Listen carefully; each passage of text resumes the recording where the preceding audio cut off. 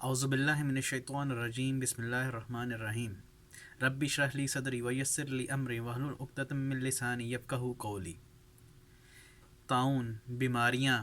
وبائی امراض اور آج کل کرونا وائرس، یہ وہ تمام اور اس جیسی بہت ساری اور بیماریاں ہیں جس میں آج کے دور کا انسان، جدید دور کا انسان جو ہے گھرا ہوا ہے۔ اور ان میں سے بہت سارے لوگ ایسے ہیں جو صرف اس چیز کا انتظار کر رہے ہیں کہ شاید سائنس ہی ہے جو ان کو اس کا علاج تلاش کر کے دے گی، اور وہ سائنس کے سہارے بیٹھے ہیں کہ ہاں آج ویکسین آئے گی اور کل ویکسین آئے گی تو ہم جو ہے نا بچ جائیں گے۔ اس آج کے دور نے انسان کو جو ہے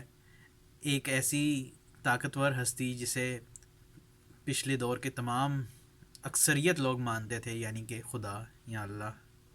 اس سے جو ہے نا غافل کر دیا ہے، اور وہ صرف اور صرف اس چیز پر انحصار کر بیٹھا ہے کہ وہ اس کے پاس انسان کے پاس اپنی ساری صلاحیت ہے جس کے ذریعے وہ جو ہے نا آج کسی نہ ہر بیماری کا علاج تلاش کر لے گا۔ لیکن اگر آپ کسی مذہب کے ساتھ منسلک ہیں، اگر آپ کوئی ایک ایسے شخص ہیں جو عیسائیت پہ یقین رکھتا ہے یا اسلام پہ یقین رکھتا ہے یا یہودیت پہ یقین رکھتا ہے، تو آپ کو پتہ چلے گا کہ وہاں پہ آپ ایک ایسی ہستی پہ یقین رکھتے ہیں جو تمام چیزوں پہ قادر ہے، وہ اس کے پاس ہر چیز کا علم ہے، اس کے پاس ہر چیز کی حکمت ہے، اور وہ ہر چیز کو بدل سکتا ہے، اور اس کے پاس یہ طاقت ہے کہ وہ جس کو چاہے اس کو شفا دے اور جس کو چاہے اس کو شفا نہ دے۔ اور خاص طور پہ اگر آپ مسلمان ہیں تو آپ کو یہ چیز بہت سے لوگوں کو پتہ ہوگی کہ قرآن مجید کو جو ہے اللہ تعالیٰ نے اس لیے بھی خاص کیا ہے کہ وہ اس میں اس کا ذکر ہے کہ یہ لوگوں کے لیے جو ہے، مسلمانوں کے لیے جو ہے، مومنین کے لیے جو ہے شفا کے طور پہ کام کرتا ہے۔ ایک وہ لوگ ہیں جو کہیں گے نہیں، یہ شفا جو ہے نا صرف دل کی کجی جو ہے اس کے بارے میں ذکر ہے، اور صرف دل کی کجی کو جو ہے نا کو ختم کرنے کے لیے شفا کا لفظ استعمال کیا گیا ہے۔ لیکن یہ وہ لوگ ہیں جو اس قرآن مجید کے جو علم ہے، جو اس کی رحمت ہے، جو اس کی برکت ہے، اس کو بہت چھوٹا کر کے آپ لوگوں کے سامنے پیش کرنا چاہتے ہیں، کیونکہ ان کا سارا انحصار جو ہے وہ اب سائنس کے اوپر ہے۔ تو اس سلسلے میں آپ کے ساتھ جو ہے نا اسلامی دنیا کی دو ایسے واقعات کو جو ہے نا شیئر کروں گا، جو آپ کے سامنے بیان کروں گا، جس سے آپ کو پتہ چلے گا کہ نہیں، یہ قرآن مجید جو ہے نا اس سے زیادہ ہے۔ اور آپ لوگوں کے پاس بھی ایسے کوئی واقعات ہوں تو آپ بھی ضرور اس کو جو ہے نا شیئر کریں اور لوگوں کو بتائیں۔ ان میں سے سب سے پہلا واقعہ جو ہے وہ خود احادیث کی کتاب میں آتا ہے کہ جب کچھ صحابہ کرام جو ہے صحرا میں سے جا رہے تھے، اور رستے میں انہیں جو ہے نا رکنا پڑ گیا۔ جس جگہ انہوں نے پڑاؤ کیا وہاں پہ ایک قبیلہ تھا جو کہ ابھی مسلمان نہیں ہوا تھا، جو کفار تھے، اور ان صحابہ نے جو ہے نا ان سے مدد مانگی کھانے کے لیے کہ ہمیں کچھ کھانا دیا جائے اور رہائش کی جگہ دی جائے۔ تو ان لوگوں نے کہا کہ نہیں، کیونکہ تم ایک نئے مذہب سے ہو تو ہم جو ہے نا تمہاری مدد نہیں کریں گے۔ اور ان صحابہ کو جو ہے نا رات جو ہے نا صحرا کے اندر ہی گزارنی پڑی۔ رات کے وقت ایک شخص جو ہے نا اس قبیلے سے بھاگتا ہوا آیا اور اس نے کہا کہ اٹھو اٹھو، کیا تمہارے نئے مذہب، ہمارے جو ہے نا ہمارے سردار کو ایک سانپ نے کاٹ لیا ہے اور صبح تک جو ہے نا وہ مر جائے گا، یعنی اس کا زہر پھیل رہا ہے اور وہ صبح تک مر جائے گا، تو کیا تمہارے اس مذہب میں کوئی ایسی چیز ہے جو اس کو جو ہے نا شفا پہنچا سکے؟ تو ایک صحابی نے کہا کہ ہاں ہے، لیکن ہم جو ہے نا اس کے بدلے تم سے قیمت لیں گے۔ تو انہوں نے کہا کتنی قیمت؟ تو انہوں نے کہا کہ 100 بھیڑیں۔ اور وہ صحابی جو ہے ان کے ساتھ چلے گئے، اور وہاں جا کے انہوں نے جب اس کا علاج کیا، تو اس کا علاج کس طرح کیا کہ سورۃ الفاتحہ کو پڑھا اور اس کا علاج کیا، اور وہ جو ہے نا بالکل صحت یاب ہو گیا اور زہر کا اثر جو ہے نا ختم ہو گیا۔ یہ واقعہ حضور صلی اللہ علیہ وسلم کو آ کے جب صحابہ نے بتایا تو انہوں نے کہا کہ کیا ہم نے یہ ٹھیک کیا کہ اس کے بدلے میں 100 بھیڑیں لے لیں؟ تو حضور صلی اللہ علیہ وسلم نے کہا کہ ہاں بالکل ٹھیک کیا، لوگوں کو اس سے کم پر بھی جو ہے بہت زیادہ نوازا گیا ہے، لیکن تمہیں کیسے پتا تھا کہ اس میں جو ہے نا سورۃ الفاتحہ میں شفا ہے؟ تو اس پہ پھر حضور صلی اللہ علیہ وسلم نے خود بتایا کہ سورۃ الفاتحہ کے اندر ہر بیماری کا علاج ہے، ہر مرض کا علاج ہے سوائے موت کے، اور اسی لیے اس صورت کو جو ہے نا سورۃ الشفا بھی کہا جاتا ہے، اس کا دوسرا نام جو ہے سورۃ الشفا بھی ہے۔ دوسرا واقعہ جو ہے وہ صحابہ کے دور کے بعد کا ہے، اور وہ ہے رابعہ بصری کا۔ رابعہ بصری کے پاس جو ہے ایک عورت آئی اور اس نے کہا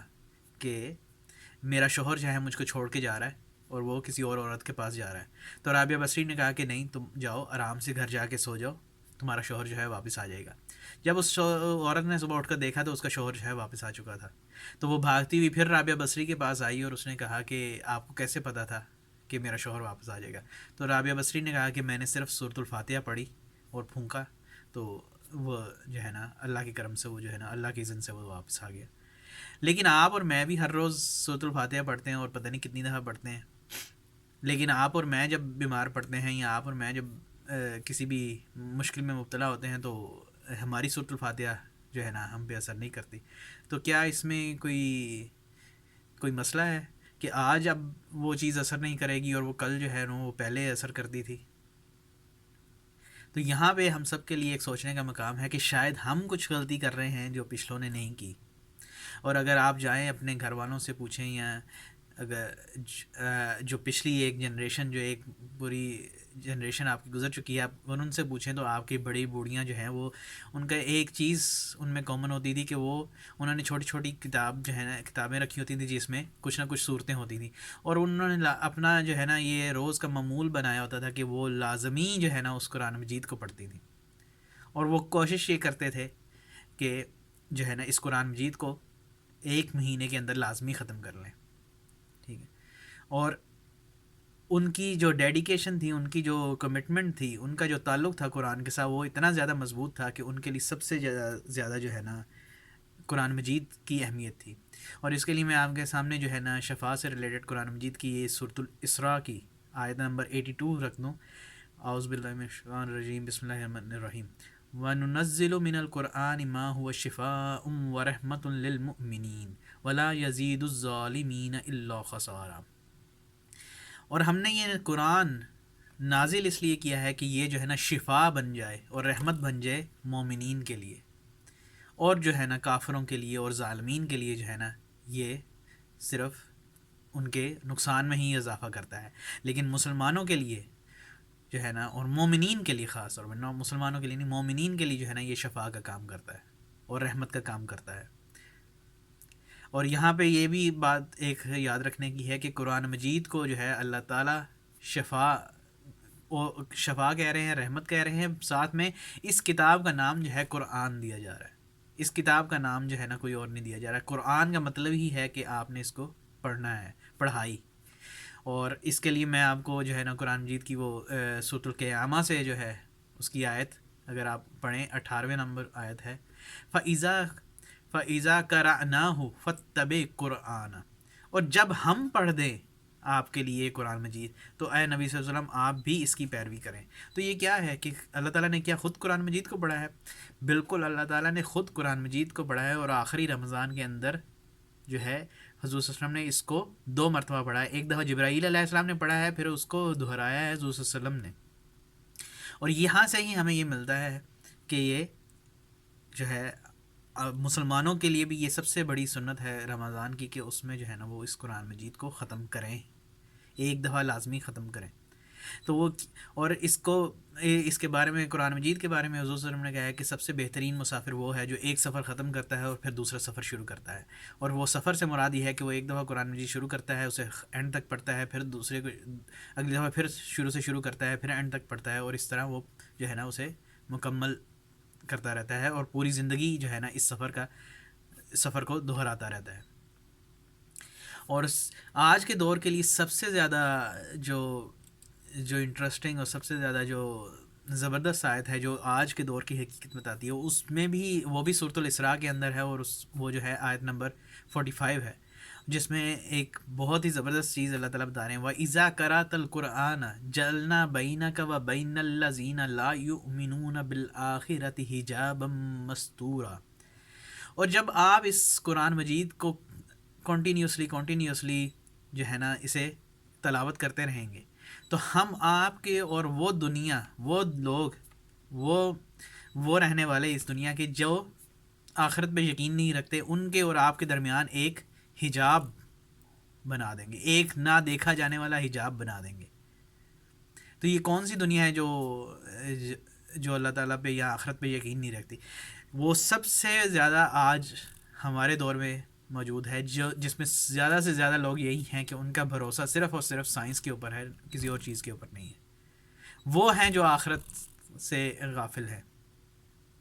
ان کے اور آپ کے درمیان جو ہے نا حجاب جو ہے نا وہ صرف یہ قرآن مجید بنا سکتا ہے. لیکن یہ اثر اسی وقت کرے گا جب آپ اس کو جو ہے نا اس کے ساتھ مخلص ہیں، اس کے ساتھ مخلص ہیں، اس کو جو ہے نا اس کو کنٹینیوسلی پڑھتے رہتے ہیں. اور یہی ہے اس کا اصل میں ورد کرنا،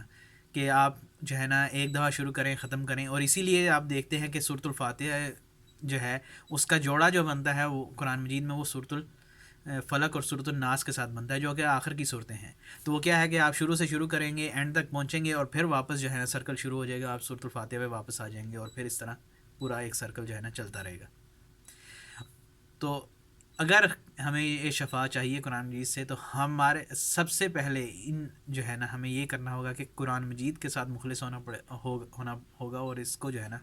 کنٹینیوسلی پڑھنا ہوگا. اور یہ جو ہے نا پھر ہمارے اور دوسری دنیا کے درمیان ایک حجاب بن جائے گا، ایک پروٹیکشن بن جائے گی.